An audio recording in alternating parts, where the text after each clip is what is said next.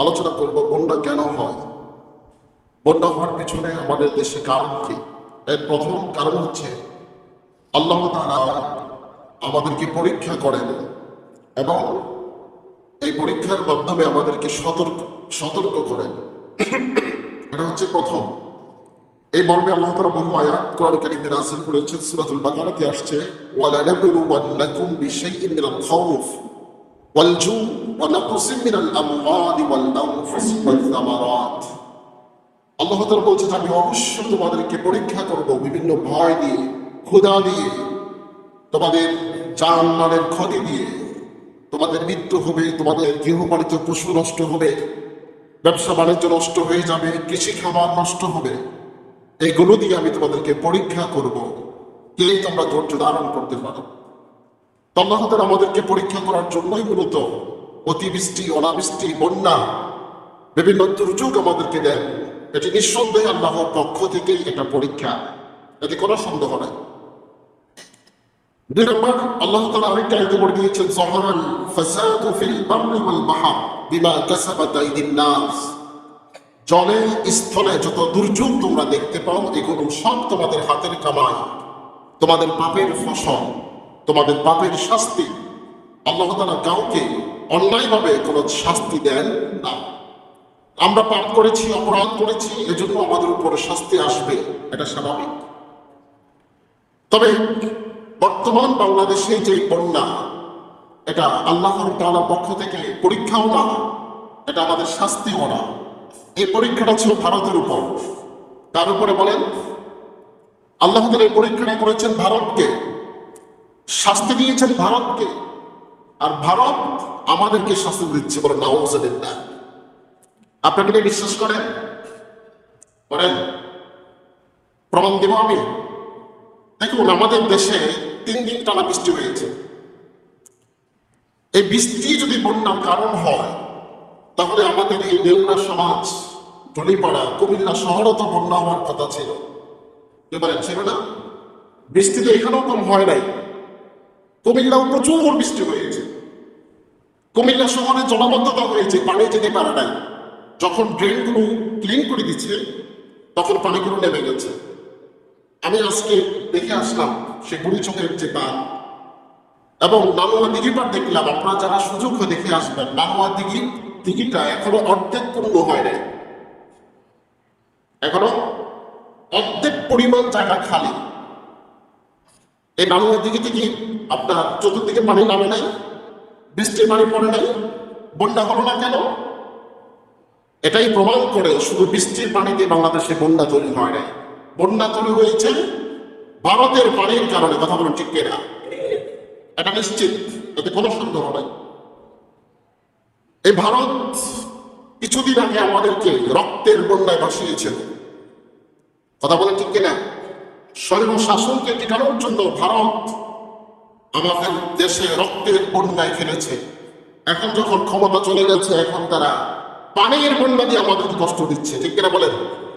তারা অস্ত্র দিয়ে মারতে চাইছে আমাদেরকে, রক্তের বন্যায় আমাদেরকে বাঁচাতে চেয়েছিল। এখন কোনো সুযোগ না পেয়ে তারা পানি দিয়ে আমাদেরকে মারতে যাচ্ছে। কথা বলেন ঠিক কিনা? এতে কোনো সন্দেহ নাই। কেন সন্দেহ নাই? আপনারা জানেন, ইতিহাস বলছে বিগত 50 বছরে ফেনীতে কখনো বন্যা হয় নাই। আমাদের কুমিল্লাতেও বন্যা করে। আমরা সবসময় গর্ব করতাম, বাংলাদেশ তলিয়ে গেলেও আমাদের কুমিল্লা তলাবে না। কি বলতাম না? সিলেটে কত বছর, এর আগের বছর বন্যা হয়েছিল, আমরা কুমিল্লা থেকে ত্রাণ পাঠিয়েছিলাম। কুমিল্লায় কোথাও কোনো বন্যা হয় নাই। যতই বৃষ্টি হতো, বৃষ্টির পরে আসতেই পানি, একদিন, 1 ঘন্টা, 2 ঘন্টা, 3 ঘন্টা, একদিনের মধ্যে পানি চলে যেত। আপনি অবাক হয়ে যাবেন, আমাদের যে গ্রামটা, সেখানেও পানি, রাস্তার মধ্যে হাঁটু সমান পানি, আপনার কোমর সমান পানি। আমাদের বেটা ছোট বেটা যারা, তারা ওই সময় আশ্রয়কেন্দ্রে স্থান নিয়েছে আমাদের মাদ্রাসাগুলোতে। কখনোই কল্পনা করে না যদি পানি থেকে আসে। এগুলো সম্পূর্ণ ভারতের পানি। আরো কিছু বন্যা হওয়ার কারণ আমাদের বাংলাদেশে, সেটা হচ্ছে ভৌগোলিক কারণ। অতিবৃষ্টি, নদীর গভীরতা হ্রাস, নদীর যে গভীরতা সেগুলো হ্রাস হওয়ার কারণে পানি প্রবাহিত হতে পারে না, সেজন্য বন্যা তৈরি হয়। উজানের পানি, নেপাল এবং ভারতের যে পানিগুলো তারা বিভিন্ন বাঁধ দিয়ে আমাদের উপর ছেড়ে দেয়, সে পানি সে বাঁধের কারণে মূলত আমাদের দেশে বন্যা তৈরি হয়। ভারত কর্তৃক সৃষ্ট সমস্যা, যেমন ফারাক্কাবাদ, তিস্তাবাদ, এদিকে 1993 সালে ফেনীর সীমান্ত যে বাঁধ, এই বাঁধটা তারা ডুমুরিয়া বাঁধ না, এটা 1993 সালে তারা ছেড়েছিল আর এখন ছাড়ছে, যার কারণে এই ফেনীর পরে 14 গ্রাম, তারপরে এই অঞ্চলগুলো প্লাবিত হচ্ছে, বন্যায় প্লাবিত হচ্ছে। এটা হচ্ছে ভারতের সুপরিকল্পিত। এবং আপনারা এটাও জানেন যে পানিটা তারা ছেড়েছিল রাত 1টার সময়, কোনো ধরনের পূর্ব নোটিশ ছাড়া, কোনো ধরনের আলোচনা ছাড়া, চুক্তি ছাড়া হঠাৎ করে ঘুমন্ত মানুষের উপর তারা পানি ছেড়েছে। মানুষরা বলছে যে আমরা রাত্রে দেখেছিলাম বৃষ্টি হচ্ছে, পানি মোটামুটি আছে, উঠানো পানি আসবে না, ঘরও পানি আসবে না, এজন্য আমরা কোথাও আশ্রয় যায় নাই। রাত যখন 1টা বাজে তখন দেখি যে পানি হু হু করে পাচ্ছে, 2টার সময় দেখি যে গর্ত হয়ে গেছে, এখন আর পানি থাকার জায়গা নেই। এই পানিগুলো তারা ঘুমন্ত মানুষের উপর ছেড়েছে, কথা বলেন ঠিক কিনা? এরপরও যদি আমরা ভারতকে বন্ধু মনে করি, যারা বলবে বুঝতে হবে তারা রাষ্ট্রদ্রোহী, তারা বাংলাদেশকে ভালোবাসে না, ঠিক কিনা বলেন? তারা ভারতকে ভালোবাসে। এই ভারত আমাদের দুশ্মন, এটা আল্লাহ তাআলা কোরআন কারিমে বলেছে। ভারত দুশ্মন সেটা বলে নাই, যারা মুশরিক, যারা আল্লাহ তাআলার সাথে শিরিক করে, তারা আমাদের দুশ্মন। এটা কোরআন কারিমের বহু জায়গায় আল্লাহ তাআলা ঘোষণা দিয়েছে। এর মধ্যে হিন্দুরা হচ্ছে সবচেয়ে বড় মুশরিক, তারা মূর্তি পূজা করে, তারা মূর্তি প্রতিমার সামনে তারা মাথা মতো করে, এরা চূড়ান্ত পর্যায়ে দুশ্মন আমাদের। এর অনেকগুলো তারা দেখিয়েছে। এর মধ্যে বাংলাদেশ যখন পৃথক হয়, এই পৃথক স্বাধীনতার সময় সবচেয়ে বড় শত্রুতা করেছে ভারত। পাকিস্তান আর হিন্দু স্থান, পাক স্থান মানে হচ্ছে পবিত্র স্থান, আর হিন্দু স্থান মানে কি? হিন্দুদের আবাসন, হিন্দুদের স্থান। এই হিন্দুরা, এই খ্রিস্টানরা, হিন্দুরা, আপনার মূর্তি পূজকরা পাকিস্তান নামে দুটি দেশ, দুটি প্রদেশ তারা তৈরি করেছে, পূর্ব পাকিস্তান, পশ্চিম পাকিস্তান, যেখানে পাকিস্তান মুসলমানরা থাকে। এই দুই মুসলমান দেশের মধ্যে যুদ্ধ লাগিয়ে দিয়েছে। যুদ্ধ লাগিয়ে দিয়ে এই দুই দেশকে তারা দুর্বল করে সর্বশেষ তারা দুর্বল দেশ ভারতের সাথে তারা গা ভাসিয়ে দিয়ে সাহায্যের হাত বাড়িয়েছে। সেই হাত বাড়ানোর সুনামে তারা এখন পর্যন্ত 52 বছর তারা বাংলাদেশকে চুষে চুষে খেয়েছে, ঠিক কিনা বলেন? কথা বলেন ঠিক কিনা? বাংলাদেশকে তারা শেষ করে দিয়েছে। বাংলাদেশের শিল্প, বাংলাদেশের অর্থনীতি, বাংলাদেশের শান্তি, বাংলাদেশের জনগণ, বাংলাদেশের সম্ভাবনাকে তারা নষ্ট করে দিয়েছে এই ভারত। সুতরাং সময় আসছে আমাদেরকে সোচ্চার হওয়ার, সময় আসছে আমাদেরকে ঐক্যবদ্ধ হওয়ার, সময় আসছে আমাদেরকে ঠিক হওয়ার, আমাদের সজাগ হওয়ার। কথা বলেন ঠিক কিনা? বন্ধুরা আমার, এই বন্যায় অনেক ক্ষয়ক্ষতি হচ্ছে, আপনারা দেখতে পাচ্ছেন। এই মুহূর্তে আমাদের করণীয় কি? এই বিষয়ে আল্লাহ তাআলা আমাদেরকে কিছু নির্দেশনা দিয়েছেন। এর প্রথম হচ্ছে পূর্ব প্রস্তুতি। বন্যা আমাদের বাংলাদেশে হতে পারে, হয়, প্রায় সময় হয়, এজন্য আমাদেরকে আগে থেকে প্রস্তুতি থাকা দরকার। এই মর্মে আল্লাহ তাআলা অনেকগুলো আয়াতে কোরআন কারীমে আল্লাহ তাআলা অনেকগুলো আলোচনা করেছেন। এর মধ্যে সূরা হুদের 39 নম্বর আয়াতে বলে দিচ্ছি, মস্তান ফুলকা বিআইউনিনা, হ্যাঁ নূহ, তুমি আমার সামনে নৌকা বানাও। কি বানাও? নৌকা। এবং তুমি এই নৌকাটাকে তৈরি করো, বিপদ আসবে। তাহলে আমাদের উপস্থিত আমাদের নৌকা বানানো দরকার ছিল। বর্তমানে বন্যা কবলিত এলাকায় সবচেয়ে বেশি প্রয়োজন হচ্ছে নৌকা। আমরা এই কিছুক্ষণ আগে, আমি 12টার সময় আসছি, সেই আপনার আমাদের যে বাঁধ, সেখানে আমি দেখে আসলাম, আমার সময় কয়েকজন গিয়েছেন, করিম ভাই গিয়েছিলেন। আপনার 200 ফিট রাস্তা বাঁধ ভেঙে পানির যে স্রোত আমরা দেখলাম, ভয়ঙ্কর একটু। এই পানিগুলো যখন জনপদে ডুবছে, বাড়িতে ডুববে, তখন ঢুকার সময় থাকবে, লাগবে হয়তো 3 থেকে 5 মিনিট। এই 5 মিনিটের ভিতরে একটা বাড়িকে তলায় যেতে পারে। এখন আপনি 5 মিনিট আগে চিন্তা করছেন যে পানি বাড়বে না, এখন আমি কি করব? আপনি সন্তান নিয়ে, স্ত্রী নিয়ে, মালামাল নিয়ে বসে আছেন, কিন্তু পানি যখন ঢুকবে আপনি এখান থেকে বেরোতে পারবেন? বলেন। আমরা দেখেছি যদি আমাদের শহরের পাশে যে বাঁধটা যদি এটা ভাঙতো, তাহলে আমাদের এই শহরটা মিনিমাম 3 তলা এখন পানি তুলে থাকতো, 3 তলা ডেবে যেত, এত ডাউন প্লেসটা সে বাঁধ থেকে। এখন যদি কোনো কারণে বাঁধটা ছুটে আসে, আমরা 10 মিনিট টিকতে পারবো না, এত স্রোত। এই মানুষদেরকে মুক্ত করার জন্য এখন কি দরকার? খাবার। বলেন না, খাবার কি দরকার? সবাই বলেন কি? এখন নৌকা দরকার, কিন্তু নৌকা আমাদের কিছু নাই। আল্লাহ তাআলা নবী নৌকে নির্দেশ দিয়েছেন নৌকা বানানোর জন্য। তো সেজন্য আমরা যারা মাছের ফিশারি করি, যাদের খেয়াল আছে, তাদের উচিত যে একটা একটা নৌকা রাখা। মানুষ তো সব করে নৌকা রাখে, ঠিক না? এটা হচ্ছে আমাদের কথা। তো এই মুহূর্তে যার যেখানে সুযোগ আছে, যে নৌকা থাকে, নৌকার ব্যবস্থা থাকে, এই মুহূর্তে নৌকা নিয়ে যাওয়া দরকার। আমরা আসলে দেখছি বেশ কয়েকটা নৌকা ট্রাকে করে তারা নিচ্ছে, নিয়ে ইতিমধ্যে হয়তো চলে গেছে, তারা মানুষদেরকে উদ্ধার করবে। যদি কারো সম্ভব থাকে, আমাদের সর্বপ্রথম কাজ হচ্ছে একটা নৌকা অথবা স্পিড বোট অথবা কিছু ব্যবহার করা, তাদেরকে যা দিয়ে তাদেরকে আমরা উদ্ধার করে আশ্রয় দিতে পারি। এরপরে হচ্ছে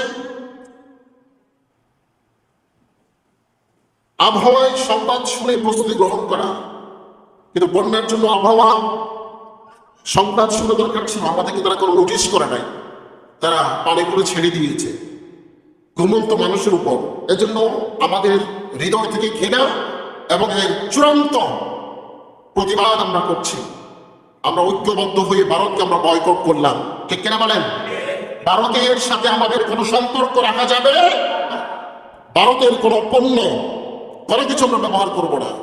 ওদের পেঁয়াজ নাচ আমরা মানা যাবো না, আমাদের দেশে পেঁয়াজ তৈরি হয়, ঠিক কিনা বলেন?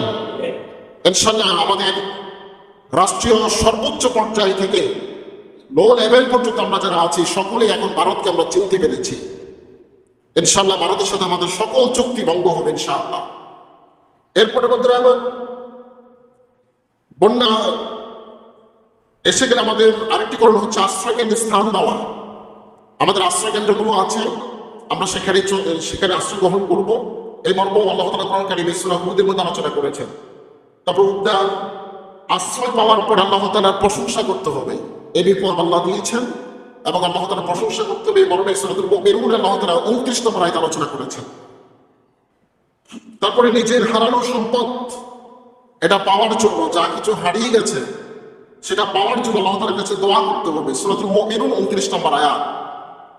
বিচলিত হওয়া যাবে না, ঘাবড়ানো যাবে না যে আমার শেষ, সব শেষ, আমার লক্ষ টাকার মাছ চলে গেছে, আমার লক্ষ টাকার গরু মারা গেছে। এই চিন্তা করতে করতে আপনিও স্ট্রোক করে মারা যাবে, ঠিক না বলেন? কি চিন্তা আসে না মানুষের যে আমার সব শেষ? তখন নিজেও স্ট্রোক করে পেরেশানি হয়ে চিন্তাগ্রস্ত হয়ে নিজেও মারা যায়। একজন মুমিন হিসেবে আমাদের দায়িত্ব হবে, যত ক্ষতি হোক আমরা কোনো ধরনের বিচলিত হব না, ভেঙে পড়বো না, আমরা মন খারাপ করবো না, ভরসা রাখবো একজন প্রতি কে। এরপর আমরা খাবার দেওয়া, তারপরে সেলাইন, ওষুধ, বিভিন্ন জিনিস আমরা সরবরাহ করা, এটা আমাদের জরুরি দায়িত্ব। তবে সবচেয়ে বড় প্রয়োজন হচ্ছে এই মুহূর্তে সময়ের দাবি, সেটা হচ্ছে দ্বিতীয় ফারাক্কাবাদ তৈরি করা, ঠিক কিনা বলেন? আওয়াজ উঠেছে এবং প্ল্যান পাস হচ্ছে যে তাদের যে বাঁধগুলো আছে, এই বাঁধগুলো দিয়ে তারা সুবিধা ভোগ করে। বন্যার সময় পানি ছেড়ে দেয়, আর শুকনো মৌসুমে তারা পানি দেয় না। আমরা পানির অভাবে কৃষিকাজ করতে পারি না। এজন্য ওদের বাঁধ থেকে 40 কিলোমিটার বা 30 কিলোমিটার এরকম একটা জায়গায় স্পেস রেখে আমরাও আরো শক্তিশালী, আরো মজবুত, আরো উঁচু বাঁধ আমরা তৈরি করবো ইনশাআল্লাহ।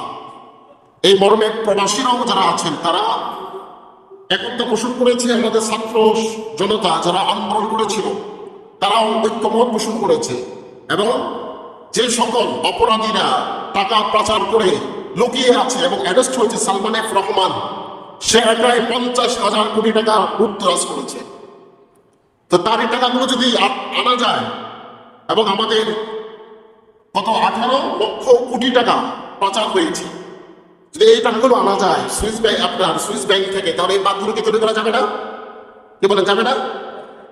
2 নম্বর আরেকটা কথা হচ্ছে, বাংলাদেশে 18 লক্ষ মানুষ যদি 100 টাকা করে দেয় কত হয় বলেন না, কত হয়? 1800 কোটি টাকা। 200 টাকা করে দিলে 3600 কোটি টাকা, 500 টাকা করে দিলে অনেক। প্রবাসীরা বলেছেন যে বাংলাদেশের মাথা পিছু যে টাকা ধার্য করা হবে, প্রবাসী আমরা তার ডাবল দিব। প্রবাসী আছে প্রায় 2 কোটি। সুতরাং সব মিলে সময়ের দাবি হচ্ছে, আওয়াজ তুলতে হবে আমাদের সকলকে যে আমরাও এখন বাঁধ তৈরি করবো। ঠিক কিনা বলেন? এই বাঁধ তৈরি করে আমাদের 2টা লাভ। 1 নাম্বার, বর্ষা মৌসুমে বন্যার সময় আমাদের ভারত থেকে আর কোনো পানি আমাদের দেশে ঢুকবে না। ওরা যে পানিটা ছেড়ে দিবে, এই পানিটা আমাদের সীমানায় জমা থাকবে। শুকনা মৌসুমে আমরা আমাদের সময়মতো পানিগুলো এনে আমরা কৃষিকাজ করতে পারবো। সুবহানাল্লাহ বলেন। এতদিন করে নাই কেন? ভারতের গোলামি করার জন্য করা হয় নাই। ঠিক কিনা বলেন? যদি বাংলাদেশকে ভালোবাসতো সত্যিকার অর্থে, এই বাঁধ আরো আগে তৈরি হতো। সুতরাং ভারত আমাদের চির দুশ্মন, তার দাঁত ভাঙা জবাব আমাদেরকে এইভাবে দিতে হবে ইনশাআল্লাহ। ভারতকে আমরা উচিত শিক্ষা দেবো। আল্লাহ যেন আমাদের সকলকে কবুল করুন, আমিন। তাহলে আমরা বুঝতে পারলাম যে এই মুহূর্তে যে বন্যা দুর্গত এলাকা, সেখানে আমাদের সাহায্যের হাত বাড়ায় দিতে হবে। ঠিক কিনা বলেন? আমরা নৌকার ব্যবস্থা করবো। আর 2 নম্বর হচ্ছে, আমরা কিছু কালেকশন করব। আমাদের বিগত 22 সালে যে বন্যার জন্য আমরা কালেকশন করেছিলাম, সেখানে কিছু টাকা আমাদের জমা আছে। কত আছে? হ্যাঁ, প্রায় 40-এর মতো আছে নাকি এরকম? কম আছে। 2 নম্বর হচ্ছে, আমাদের যুবকদের, এই সমাজের যুবক ফয়সালের নেতৃত্বে প্রায় 26,000 টাকার মতো উঠেছে আজকে সকাল পর্যন্ত। আমাদের মীর কাসেম ভাই, উনি ওনার সন্তান অসুস্থ, ঢাকাতে আছেন। উনি ফোন দিয়েছে যে হুজুর আমি 10,000 টাকা দিলাম, এখন বাকি টাকাটা আমরা সংগ্রহ করবো ইনশাআল্লাহ। বলেন কি আপনারা রাজি আছেন? সবাই রাজি আছেন না? যদি আজকে আমাদের বিপদ হয়েছে, আমরা কি করতাম? আমাদের টাকার কোনো দাম থাকতো? কথা বলেন না, কোনো মূল্য থাকতো না। এই জন্য আমরা এটা করবো। আমাদের দেশে একটা ছোট্ট ছেলে, 10 বছর বয়স, সে উমরার জন্য 14,000 টাকা জমা করেছিল। সে এই টাকাটা উন্নতিদের জন্য দান করেছে। বলেন আলহামদুলিল্লাহ। সে বলেছে আমি জীবনে অনেক উন্নয়ন করতে পারবো, কিন্তু তাদেরকে তো আমি প্রতিষ্ঠিত সাহায্য করতে পারবো না। এজন্য আমরা সকলেই একটা বড় নিয়োগ করবো ইনশাআল্লাহ। এই মর্মে কথা বলার জন্য আমার জালিস সাহেবকে অনুরোধ করছি, একটু আসুন।